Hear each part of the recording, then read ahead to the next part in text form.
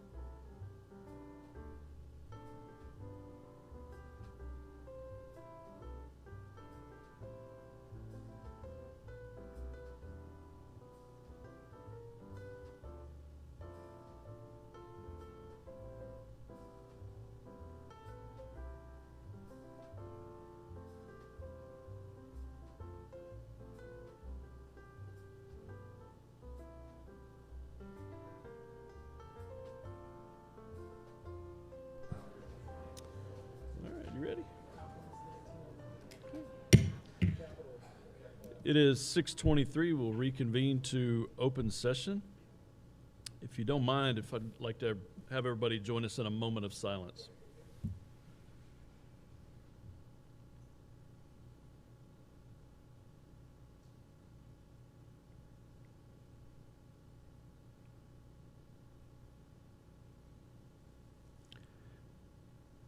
Thank you. Carla Landrum, will you lead us in our pledges, please?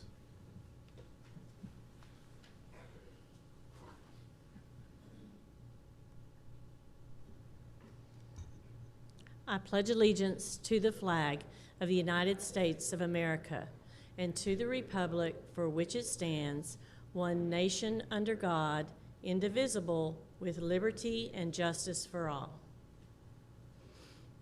Honor the Texas flag.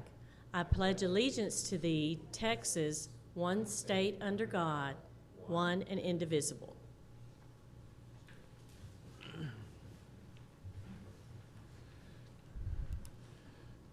Thank you very much. Our next items are student reports and recognitions, the first of which is our Lake Dallas Middle School Choir. Ms. Hamilton. Good evening. Dr. Rockwood, President Stacy, and Board of Trustees. My name is Stephanie Hamilton, the choir director at Lake Dallas Middle School. This evening, I am accompanied by a select group of singers from the Lake Dallas Middle School Choir Department. We are honored to be here and to give you all a report about our choirs. In Lake Dallas Middle School Choir, we have around 90 students altogether. There are 4 choirs offered at the middle school: 6th grade girls and boys, a JV boys choir, a JV girls choir, and a varsity girls choir. Throughout the school year, we perform for the community and parents at least 4 times. This holiday season, we sang for the Hickory Creek and Lake Dallas tree lighting ceremonies. In addition to these events, we present our winter concert at Lake Dallas High School, and several choir members have caroled throughout the community. This past October, several of our choir students auditioned for the Region 2 All-Region Choir, competing against several hundred students from neighboring districts. Our very own Hayden Fuller earned 7th chair in the competition and participated in the Region 2 All-Region Choir Clinic in concert on November 13th. Each spring, the varsity and non-varsity choirs compete in the UIL concert and sight reading evaluation.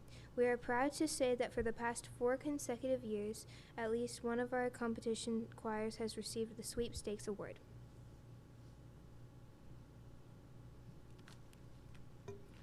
At this time, I would like to ask the choir to please come take your places.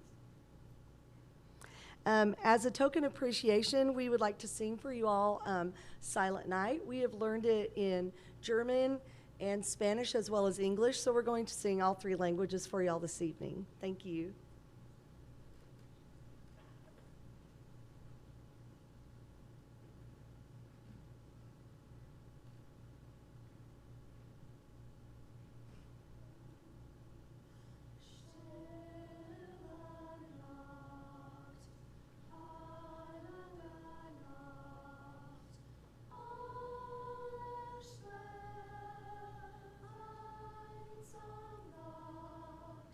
Nur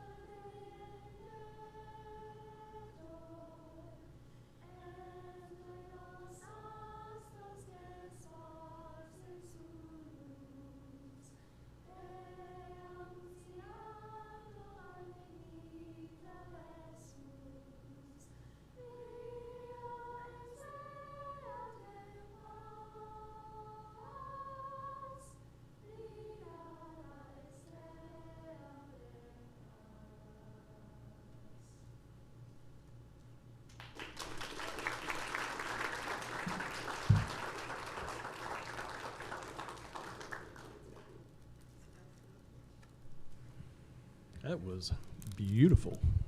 In all three languages, it was beautiful. And I don't know how to say beautiful in German and Spanish, so I'll just say beautiful 3 times. That's awesome. Okay, board, we're going to get a picture if you guys can stand. And I think they want us to stand in our seats your right where we're spots. at, since we got a big group, so we'll just stand up.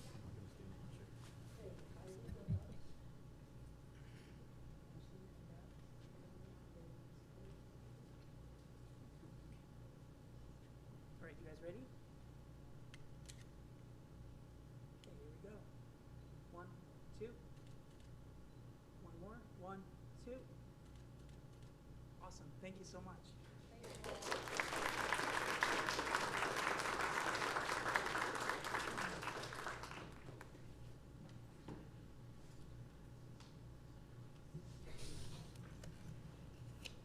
Okay, our next item is our public comment, and we have nobody signed up for public comment, so we'll move on to our next item, which is our trustee reports. I'm going to start down here on this end tonight. Mr. Baird, do you have any comments? You got to turn your mic on if you're going to say something, so.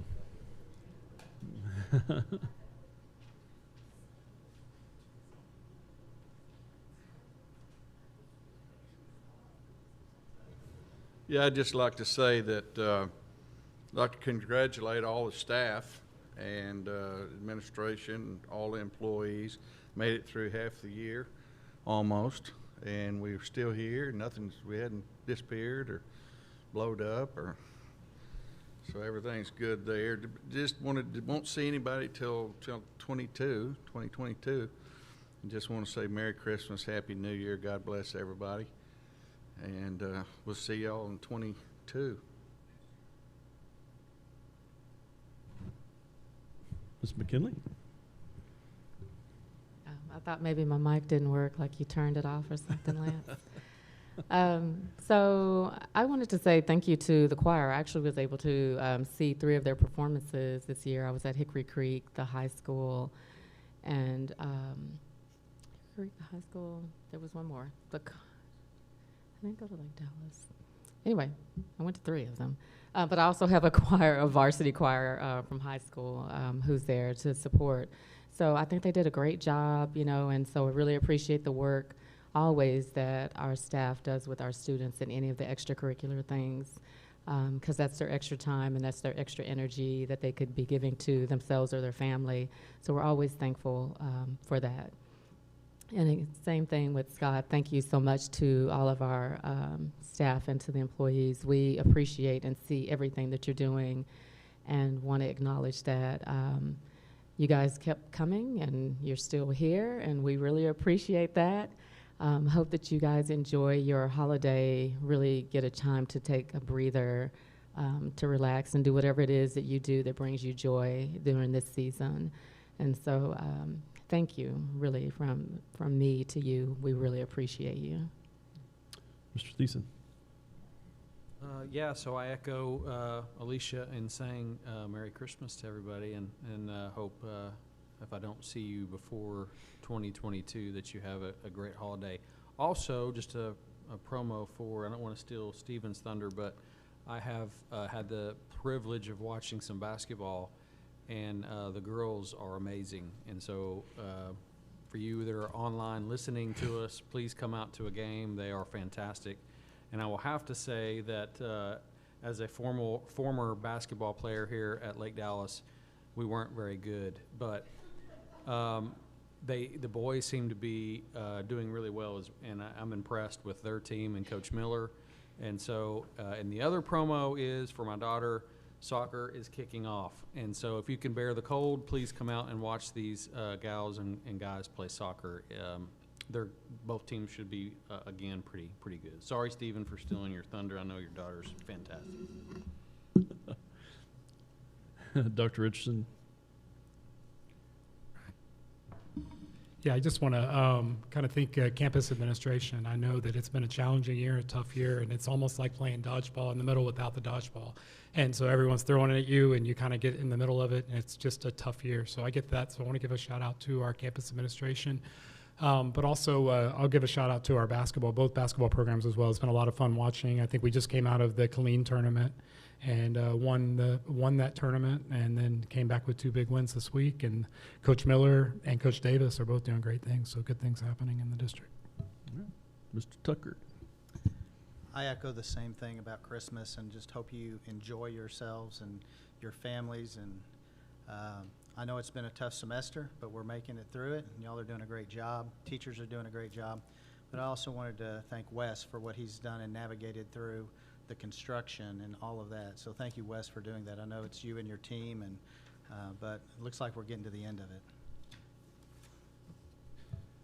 And once again, Merry Christmas, Happy Holidays, Happy New Year. Hope I covered it all. Did I get it all? Is there anything else coming up? No, I do appreciate each and every one of you guys. Your services is very valuable to this district, obviously, not only because we're stakeholders in all this, our kids are stakeholders in this as well. But during this time, just reflect on the reason for the season and get away from all the contention that's out there these days, and let's reset and then get ready for 2022. And I thank you again. All right. Completes our trustee reports. Dr. Rockwood, your superintendent reports are. Yeah, sure. I echo absolutely everything said by our trustees this evening. I did want to mention over the past couple of weeks, I've had the good fortune to get on several of our campuses. We've been doing some lunch and learns with staff. I've completed all of those at all of our elementary campuses. So at the middle school today, I'll be at the high school tomorrow. But you know, it's great hearing from our teachers, our paraprofessionals, the individuals who are in the classrooms, in the hallways. And despite all of the constraints and just the struggles over the past couple of years, I'll say we've got a lot of positive people in Lake Dallas ISD supporting our students. And so, again, just thank you to all those individuals for all they're doing for our kids every single day. We've also had some great things going on I wanted to mention really quick. We had 13 students who are aspiring teachers that are advancing to the Teach Tomorrow Summit state competition in March. This is for events like interactive bulletin boards, educational leadership, project visualization. So hopefully we got some awesome future teachers who will come back for our campuses here in Lake Dallas ISD. Also, the entire varsity volleyball team was named Academic All-District, with all girls having a 90 or above for the first 9 weeks, and the overall team average was a 97. So kudos to all of our ladies for, you know, working hard after school every day at practice and games, but putting in the work in the classroom as well. And then really quick, 10 band students were selected to represent Lake Dallas High School, the Falcon Band Program, and the Lake Cities community in the 5A Region 2 Symphonic Band. Of these 10 students, 4 will go on to audition at the TMEA area level coming up in January, and those results will come for the coveted TMEA All-State Honor Band in 2022 as well. So kudos to all the hard work. I've been out, it seems like, my goodness, we've had excellent performances at both the middle school and the high school recently with our choir, our band programs, all the holiday components and events. So thank you to our students and all the staff members who are supporting all of those activities. So I got, Mr. President. Thank you, Dr. Rockwood. Appreciate that. We'll move on to our consent agenda. The consent agenda are those items identified as routine procedural, informational, or self-explanatory, presented as a single motion to be acted on at one time. Is there any question or comment from the board regarding the consent agenda? If there's no question or comment, I will entertain a motion on the consent. Motion to approve by Mr. Baird. Do I have a second? Second by Mr. Tucker. Before we vote, is there any discussion or question? If not, all those in favor of approval, please indicate. And that passes unanimous 6-4-0 against. Our next items are action items. The first of which is consideration approval of DFE resolutions. Who's got this? Yes, Dr. Heathcote. Ms. Heathcote. Doctor? Ms.? Doctor. Is it doctor? Yes. Man, all you guys with doctors, man. I know. It's way over there. You're good. Good afternoon, board. So you just approved local update policy for 118, local policy update 118. Sorry about that.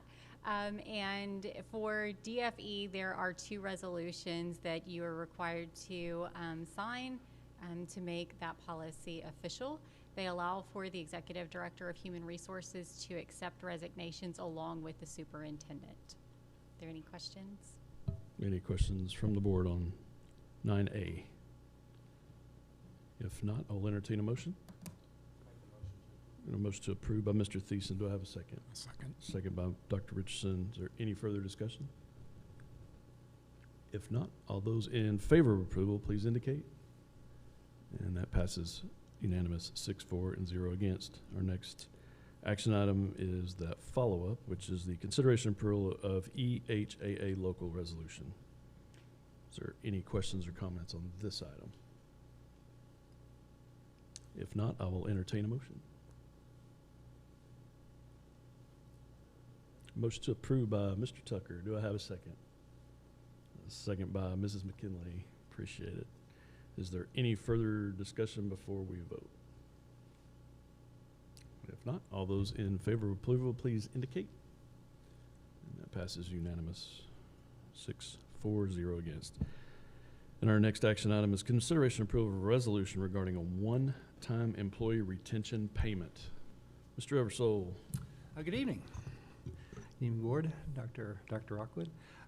So we've included in your board packet another resolution concerning a retention stipend. The board may remember that the board approved a $500 retention stipend back in August, and we had discussions to revisit that stipend. So we're bringing to you a resolution that effectively increases that by $500 from $500 to $1,000. So the rules behind the receiving of that stipend remain the same. An employee must be full-time and on the district payroll no later than September 1st and remain employed full-time in good standing on November 30th, 2021. And so effectively the resolution that we've included in your packet supersedes the original resolution that was approved in the August meeting. These funds will be paid out of our ESSER 3 funds, which are one-time funds, and so we're recommending approval of the resolution in your packet. Thanks, sir. Is there any questions or comments?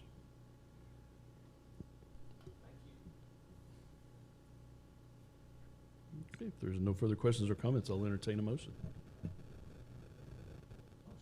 Motion to approve by Mr. Thiessen. Do I have a second? A second by Ms. McKinley. She's that silent second. Is there any further discussion before we vote? I do want to say that everyone in this district, I believe, is worthy of it, deserving of it. I wish it was more. I really do. So when will that be paid out? So pending board approval, we will make payment electronically on Wednesday.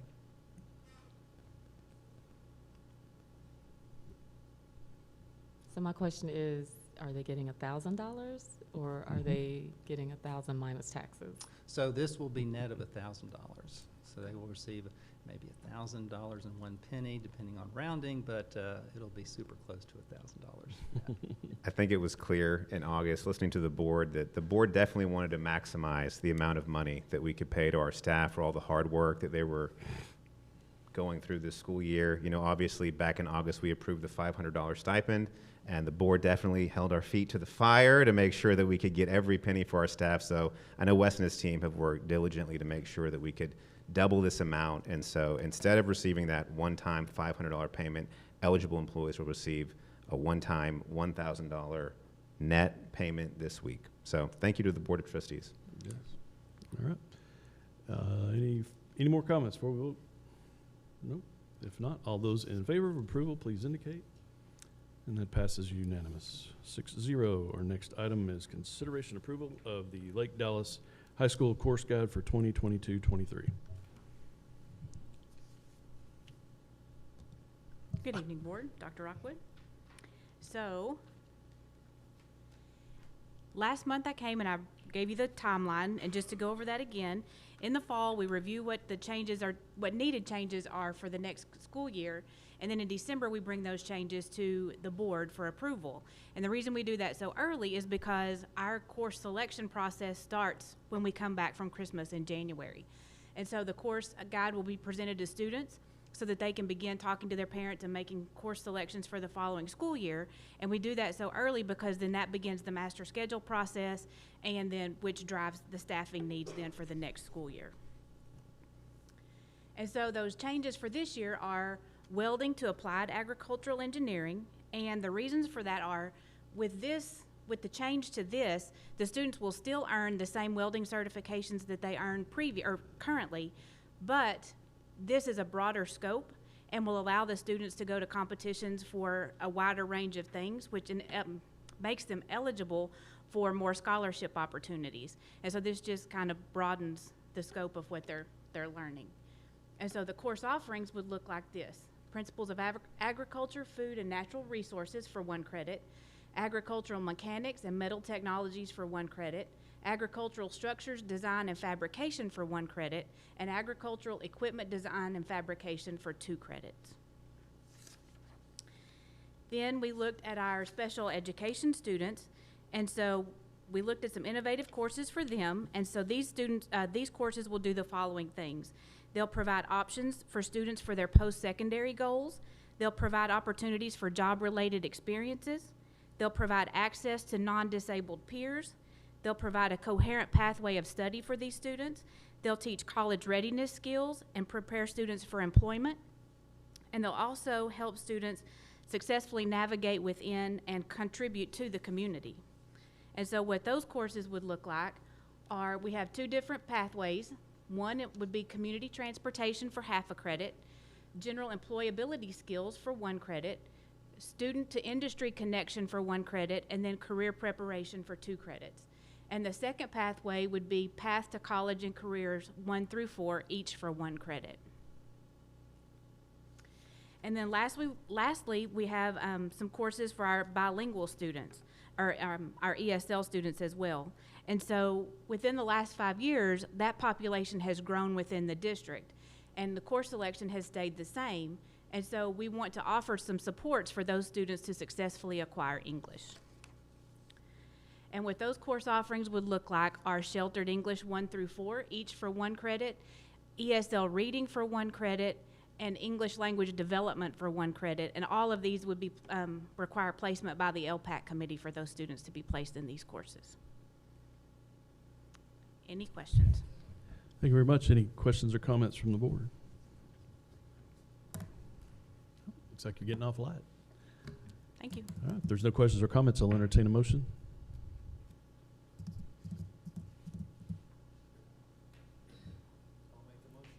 Motion to approve by Mr. Thiessen. Do I have a second? I have a second by Mr. Baird. Is there any further discussion? If not, all those in favor of approval, please indicate. And it's unanimous, 6-4-0 against. All right, our next items are our future items, the first of which is the 2020-2021 Comprehensive Annual Financial Report. That's a mouthful. It is. 2020-2021. The acronym is CAFR, so maybe next time we'll put the. I was getting hung up on the years. So. It is a mouthful. All right, Wes, thank you. Hey, just a preview of things to come. We'll be presenting our financial audit during the January meeting. It's an early meeting in January, so we'll have that ready to go. Our auditors will be here to present that to the board as required by law. The board has to approve, is required to approve the annual audit by the end of January, and we submit that to TA for submission. So just a precursor thing to come. Be happy to answer any questions you may have concerning that. Thanks, sir. Any questions or comments on the CAFR? All right, thanks, sir. And our next future item is Lake City's Education Foundation Annual Update. Ms. Landrum. just a preview. I look forward to coming back next month and sharing some information with you about the 14 grants that will be awarded tomorrow at our prize patrol. And it's going to be a fun morning. And I'll also share next month some general information about the LCS accomplishments this year as well as upcoming events. Any questions? Any questions or comments? No, ma'am. Thank you very much. Our next preview is on the District of Innovation Plan Renewal. Dr. Heathcote. Good evening again, Board. So this is the District of Innovation Plan Renewal Update. Just as a reminder, the District of Innovation was an option for districts out of House Bill 1842 out of the 84th Texas Legislative Session back in the spring of 2015. So District of Innovation actually provides flexibility to Texas public schools and gives them additional local control. Lake Dallas ISD adopted their DOI plan in 2017, and it is up for renewal or revision this year. So just a little bit about the timeline. DEIC reviewed the plan and looked to see if it needed to be revised or if a renewal would be appropriate. And at the December 9th DEIC meeting, which is the district's Educational Improvement Committee, they recommended renewing the LDISD DOI plan as it is currently. So it is currently posted online for public review, and then we will hold a public meeting on January the 10th, and then the board, the DEIC committee will bring the recommendation for renewal to the board at the January 10th meeting. Any questions? All right, any questions from the board? No, ma'am. I appreciate it. Thank you very much. Our next future item is the 2022-2023 academic calendar. You again? Good. That's right. All right, I'll take it. Okay, so the 22-23 academic calendar, we're just going to go through the process and timeline for that. So first, district administration reviewed the 21-22 calendar and then considered what potential academic needs we needed for the 22-23 school year. So two options were created, and both options have been reviewed by campus principals as well as district departments. And then December 13th, which is today, we are presenting these two options to you and the timeline. And then tomorrow we will release these two options to the staff for them to vote on the one that they feel is best for them. Voting will end on Friday, December 17th at 4 p.m. And then the DEIC, which is the District Educational Improvement Committee that we spoke about in the last presentation, they will review the calendar and then make a recommendation to the board. And so we will bring a recommendation to you at the January 10th board meeting. So a couple of considerations that went into creating these two options. One, we needed 187 contract days for our teachers. Both calendars have that. Out of House Bill 2610 out of the 84th Texas Legislative Session, you may remember that it went from days for students to required minutes. So we do have a required 75,600 minutes for students. We also took into consideration on one of the calendars a fall break for staff and students, and so we'll discuss the differences in those. There's a full week off at Thanksgiving for both calendars. And then there's additional breaks throughout the year for teachers and students. Through the lunch and learns and other feedback that we've received from teachers, we've heard that professional development at the beginning of the school year would help so that there's more time for planning and PLCs during the year. So both calendars account for that as well. We've also removed the exchange days, so those will not be required for teachers on either of the calendars. And then we made sure that spring break matches the North Central Texas College calendar because some of our students participate in some academic pieces over there, and so we want to make sure that those kids still get a spring break. And then it also includes 2 makeup days in the event of inclement weather or something out of our control. So option A, I know it's a little difficult to see. You each have a copy of both option A and B, but I'm going to run through each of them. So we built in at the beginning of the year 2 new teacher orientation days. So these are any new teachers to the profession or new teachers to the district. And then we have 6 days of professional development prior to the first day of school, and then a teacher work day. That day is for them to prepare as they see fit in their classroom and do what they need to do. And then the first day of school for students on option A would be August the 15th. We've built in a parent-teacher conference day, so it's important for our teachers to touch base with parents. This is a day where students would not be on campus, but teachers would, where they can make those phone calls, have Zoom conferences or meet with parents face-to-face. October 17th and 18th are PLC planning days, so that gives a bit of a fall break for students there because it's a longer weekend, but teachers would be working. November 28th is also a PLC and planning day, and then we have early release days on December 15th and 16th to close out this semester. January 3rd is a teacher work day followed by a PLC and planning day on January 4th, with students returning to school for the second semester on January the 5th. February 23rd is a PLC planning day. Again, that's for teachers to be on campus, and students would not be there. And then February 24th is a staff break. That's one of those days that we've built in to make sure that staff have a break there, and so they would have a 3-day weekend. March 20th is a PLC planning day, and then you will see the makeup day, which is for that inclement weather that we discussed, on April the 10th. Early release to end the year on the 25th and 26th of May. May 30th is that additional makeup day in the event that we needed it. And then May 31st closes out the year for teachers with a teacher work day. So option B is similar, and I'll go through the actual differences on the next slide. But again, we have 2 days for new teacher orientation with 6 days of professional development, and then a teacher work day. August the 11th would be the first day of school if this option was chosen. That is a Thursday start for students. And then this is the fall break that's built in for students. So it's a full week off for students. What I do want to say about this is that we did consider 2 different calendars, one with a full fall break and one with just 2 days. We know that it's helpful for teachers, but we know our youngest Falcons also need childcare often whenever mom and dad have to go to work. And so we have spoken with Alpha Best, and there would be options for them to have childcare, even if they don't participate in the yearly program with them.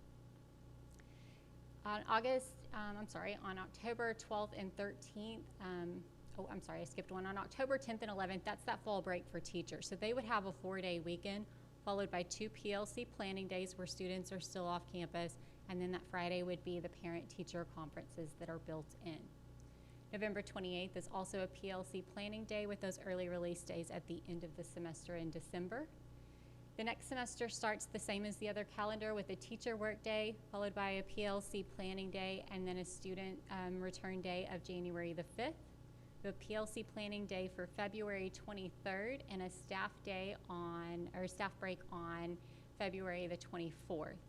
March 20th is also a PLC planning day, and then that first makeup day is April 10th. Early release on May 25th and 26th to end the year. Possible makeup day on May 30th if we needed it, and then a teacher work day on May 31st. So when you put the calendar side by side, really the major difference is there. Option A is going to have a Monday start with August 15th. To get the fall break in for option B, we had to move it up a little bit, so you'll see a Thursday, August 11th start for students on option B. Option A has the October 10th conference day that creates a 3-day weekend for students. And then it's followed by October 17th and 18th, and the next week being PLC and planning days for teachers, which also gives them a long weekend. Option B is that fall break for students. So the 10th through the 14th, students would be out of school. You would have the 10th and the 11th for teachers to be off, followed by those 2 PLC days, and then the parent conference day. So with that, do you have any questions? Any questions or comments from the board? I've got one. Okay. The only question I have is the start of the school. So you're looking at both options. You only have 1 teacher work day built into prepping and getting ready and prepared. Are those 6 professional development days? Are those full development days, or are there going to be is there going to be work days built into those 6 days? The schedule hasn't been determined for those yet, but typically I do like to put a planning day in those days, so they do get a full day for planning with their team, and then they get the work day. Okay, thank you. And the way the calendar, just to add a little bit more, we tried to build in a planning day at the beginning of each quarter, so that would be the beginning of the first quarter, and then they have one at the beginning of the next 3 quarters. All right, so I'm going to speak as a band mom. They're going to still have to practice. We're still going to have to be there. So how does that affect those students that are athletes? Because we're in football season. We're in the midst of it. So we're still in competition for band. cheer, all of that stuff. All those students will still have to come to the school at some point, whatever time. So how is that going to affect those teachers? They won't get a break, so though I fully appreciate it, but how students teach, it's reality. They're still going to have to come up there and they're going to have to be with their students, with their athletes, all of that. Sure, we currently have staff like over Thanksgiving break that have to work for basketball season and stuff like that. So just as a reminder, the fall break is a week off for students. Obviously, if they're participating in those activities, they would be up here. But for teachers, it's that Monday and Tuesday off. They would be reporting, they would be contract days, Wednesday, Thursday, and Friday. They just wouldn't have students on campus. And so those would be things where we would make adjustments to their schedule so that students would still have practice likely after usual school hours as they're accustomed to. But there would be some shifts. Excuse me, question about the Exchange Day. Would you be kind enough to explain what Exchange Day is? And then you indicated that it was removed, and what does that mean? Yeah, so in the past, Exchange Days, historically, just with districts, they'll have 2 days of professional development during the summer. Where teachers go and do whatever professional development is either required by the district or on their own. They have to get so many hours so that they can then exchange them during the year. Sometimes they're built into the calendar around Thanksgiving. It used to be that Monday and Tuesday of the week of Thanksgiving, and that's what they trade them out for. We're not requiring that. In talking with the curriculum department, they felt that all of the professional development for the year could really be done there at the beginning of the year. And so it wouldn't be necessary for them to do it over the summer. So when teachers check out at the end of the year, we really want them to be able to check out and take care of themselves and have that rest and relaxation and not have to worry about a professional development or picking things up unless they choose to do so.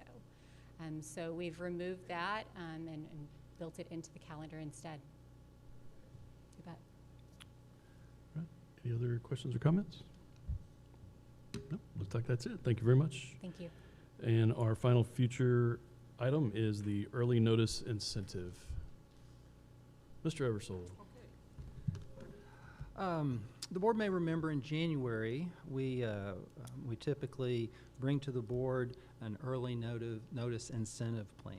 And under current state law, teachers are allowed to resign 45 days prior to the first day of school.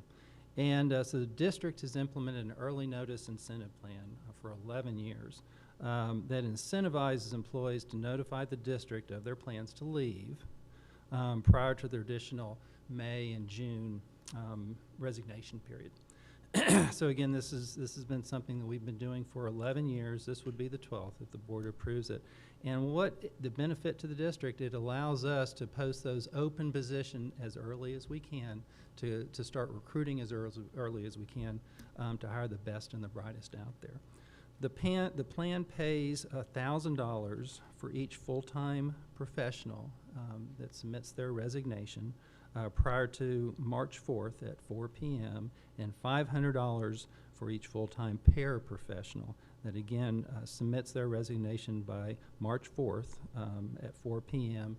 And then another requirement is they're required to finish their contract period to receive those funds. The maximum payout is capped at $30,000, so we've included in your board packet just a summary of the payout that has occurred the past 11 years, and so you have that for references.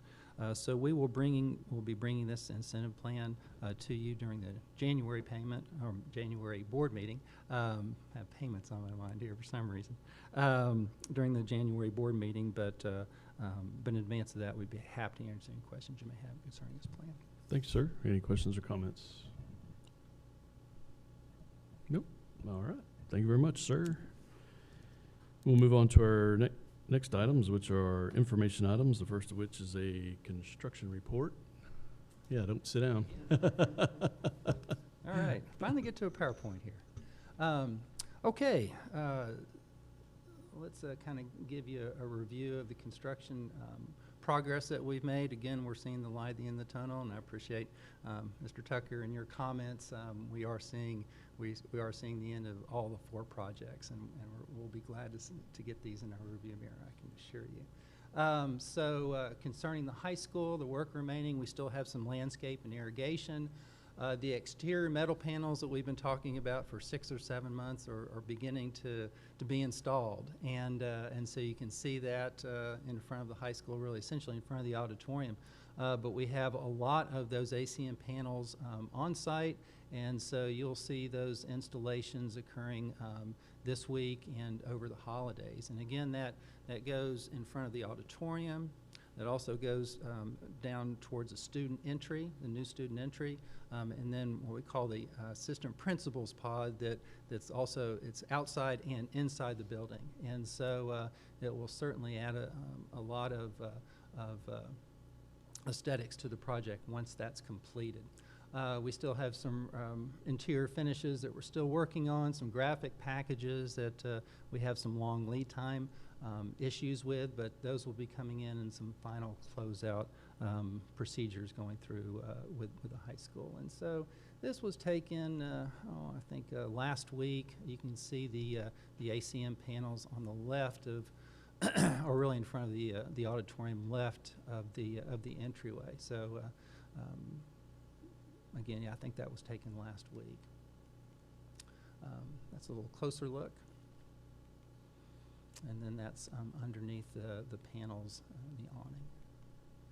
And then the multi-purpose indoor practice facility, we still have some sod that will be going down on the practice field outside. They continue to work on the athletic netting. It's quite a process to put that up, and so they're working on that. The AV systems, the technology system, and final closeout. So we're keeping our fingers crossed that we can get that open by the first of the year. Again, I think we can see the light at the end of the tunnel. And that was taken, I believe, last week as well. On the left-hand side of the indoor practice facility, that's where our practice field will be installed, and that sod should be coming in pretty soon. And there's the picture of the indoor area. That's the netting on the bottom, obviously. Some of that netting is up even as we walked in today. So, and then the middle school, we have the outdoor storage building doors. Actually, those were installed last week, so I think we can check that off the list. We have an exterior metal canopy segment that's about 6 or 7 feet long that we're waiting on, and some lighting, and then we're closing out that project as well. And so that's a fresh look of our outside practice area with the new Hellas turf that was installed about 2 months ago. And the Pride Walk, again, this is an improvement, a safety improvement that allows the students to walk from essentially the hallway between the cafeteria and the new locker rooms under a canopy, and then to the track and the football field unimpeded by traffic. And that's a picture of the graphics that we have. It's actually a bi-directional graphic package. If you haven't seen it at the middle school, it's really cool. And so that's the same graphics on the left and the right. It's one picture one way and another picture the other way, so it brightens the middle school. And we may have shared that with you before. We're just proud to show off our boys and girls weight rooms. And then there's the storage facility that I was talking about. You can see those overhead doors have been installed. And then Corinth Elementary, landscape irrigation. We have an exterior logo wall that will be going in front of the kindergarten first grade wing. We have some permanent actually, I think all the permanent handrails is right here. Yeah, all the permanent handrails are up, I believe. And so we can check that off the list. We still have some closeout procedures that are occurring at Corinth Elementary, but happy to report that we opened up the front doors of the administration area on Monday. And so it was great to see the parents and the kids coming in that front entryway. And so I think this was taken last week as well. We had some some landscaping that was installed over the Thanksgiving break. And so those are two pictures of the new Corinth Elementary entryway. This is a picture on the left. That's a picture of the library looking in towards the front of the front vestibule. And then this is a picture on the right-hand side, kind of in the opposite direction from the front vestibule into the library. And then there's several pictures of the interior of the library. Certainly a refreshed look and really cool library for our Corinth Elementary kids. So I'll be happy to answer your questions. And we've got Jennifer and Riley here from Steele Freeman and be okay answer any questions that y'all may have as well. Thanks, sir. Any questions or comments before we move on? No, looks like it's moving on. Appreciate it. Thanks, sir. Our next information item is the 2022 graduation report. Hey, good evening again, board. So after the November board meeting, we reassessed the graduation 2022 planning, and so we are going to give you some feedback on the survey that we sent out and kind of the process with all of that. So to start, graduation planning for the 2022 seniors actually began in the spring of 2021, and so this is a year-long process to plan for graduation in May. Just as an idea, just that you know some of the information behind it, Jostens is the one who does the invitations for the graduation ceremony, and the deadline for graduation announcement information is December 20th, which is this coming Monday. In the event that we delay the location or selecting the location, it does delay students receiving those invitations to send out for May graduation. In addition, University of North Texas holds graduation for 13 different districts. Currently, we are 5th in line, so there's 4 ahead of us that get to choose their spot.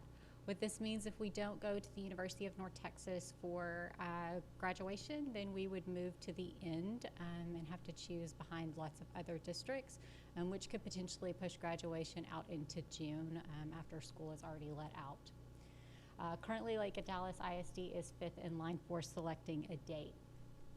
With that, we do have Wednesday, May 25th, 2022 at 5 p.m. reserved at the University of North Texas. That date is also available at Falcon Stadium. Capacity at both locations, so 9,800 individual guests can come to the University of North Texas, and then Falcon Stadium holds anywhere from 4,800 to 6,500 individuals based on the size seat that you use. Just as a little bit of background, historically we've had 3,500 to 4,500 individuals come, so both of them have ample space for them. One thing to consider is that if it was held at Falcon Stadium, and obviously we would try to just move the date first, and if there was inclement weather, try to move it to the next morning and then possibly even the next afternoon to try to run out the weather as much as possible. But if that did not work and we had to move it indoors, we would likely have to move into the gymnasium, which would limit guests for our graduating seniors. So location-wise, obviously the University of North Texas is an indoor arena, whereas Falcon Stadium is outside. The cost, these are approximate costs, so UNT costs about $8,000 and Falcon Stadium would run about $31,000. And we've given you an itemized list from past graduations for you to review as well. Parking, there's ample parking available at the University of North Texas. If students graduate from Falcon Stadium, parking would be limited to guests, and we would have to bus some people in. So a survey was sent out to our seniors for them to give some feedback to us about where they prefer to graduate from this year. It was done on a Google form, and it was restricted to Lake Dallas ISD email addresses. It was sent via Blackboard to the seniors, to only the seniors, and we have 314 seniors in the class of 2022. So we got 233 valid responses. So in an effort of transparency, we did get 239 responses. 6 of those responses were from other LDISD email addresses that we confirmed were not senior students. And so we did go back and review that data and pull it out. But of the valid responses, we had a 74.2% response rate from the senior class. So like I said, the data was reviewed and we made 6 corrections to it. We removed 1 vote from Falcon Stadium and 5 votes from the University of North Texas. The survey opened on Monday, November 28th and closed Friday, December 3rd at 6 p.m. The survey was communicated through Blackboard email to parents and students, and then there were daily reminders sent through Blackboard email as well to parents and students. Daily announcements were also made over the intercom at the high school, and then the senior class officers were notified to help boost engagement in the survey. So this bar graph actually shows you students who left additional comments in addition to actually choosing whether they wanted to go to North Texas, to University of North Texas, or to Falcon Stadium. So on the far right in the green, you'll see students who chose Falcon Stadium as their preferred location for graduation. This is just theme data, so you actually have all of the actual responses from students. But 4 students referenced the fireworks show being really special last year and wanting to have that, and so you need to be outdoors. And then the second theme data was the special place. So some of them referenced that it was special because they had either performed on that field or competed on that field for the years that they've been in high school. On the left side of the chart in the gray, you'll see responses from students who selected University of North Texas as their preferred graduation location. The first thing that one of the first ones is capacity, and so they talked a lot about the fear that in the event of inclement weather, capacity would be limited if they were at Falcon Stadium. That's why they chose the University of North Texas. Students, 8 students mentioned the memorable mentors on the fields. For the last 2 years, they've not been a part of the program in the same capacity that they were at the University of North Texas. And then they also talked about weather and comfort. So specifically, they really talked about weather for the guest and their comfort level of being in the stands. Some of them also referenced relatives that may not easily be able to access the seats in Falcon Stadium. And then that final theme data was the tradition. So some of them spoke about siblings graduating from the University of North Texas and how special that was and wanting to graduate in the same location that they did. So with that, the overall feedback was that 27.9% chose Falcon Stadium as their preferred location, where 72.1% chose the University of North Texas. So administration considered all of the information that we have covered this evening and value all student input from this survey as well. And administration recommends graduation continue to be held at the University of North Texas. Are there any questions? Thank you very much. Is there any questions or comments? I have a comment. I just want to say thank you because I think you guys did a great job with surveying the students and the due diligence to make sure that they felt like their voices were being heard. And so, again, thank you for taking the time out to do that for our students. Okay, thank you very much. Thank you. Our next information item is a Spring Staff Development Days report. Yeah, one of the things we wanted to mention is that we did look at our professional development calendar coming up next semester, and we did make an adjustment. On March 22nd, we had that labeled as a Staff Development Day, and we changed that to a work day for our staff members. So next semester, our teachers and staff will have 3 work days and then 3 PLC planning days. So next semester, no new professional development. It'll be 3 days on their own, in their classrooms, their own time, or 3 days planning with their teams, either looking at data or having a PLC. So we've actually shared that information and some of those lunch and learns we discussed earlier, and it's resounding applause from our teachers, and they do appreciate getting a little bit more time back next semester. Thank you, sir. Any questions or comments? Nope. All right. And our last information item is the upcoming meetings and events. Yeah, just you all mentioned many of the events going on from basketball to soccer, so those things are in full force, so to speak, coming up. Tomorrow we do have the high school band's holiday concert at Lake Dallas High School. Always a great event, so if you can make it out to that, very much encourage it. We talked about soccer coming up. That's also tomorrow. We've got some soccer going on at all levels, so basketball still going on. So I would just encourage folks, if you're having a little free time over your winter break, go support some of our Falcons and their events. And then certainly the winter break itself. I think we just reiterate what all of our trustees have said earlier today. get some rest, get some relaxation, so we can come back 2022 and have a strong second semester for everyone in Lake Dallas ISD. Yes, sir. Go Falcons. Any questions or comments? Besides the frog in my throat? Nope. All right. Well, that concludes our business for the evening, and we have no business for closed. Nope. All right. It is 7:18, and we are adjourned. Thank you.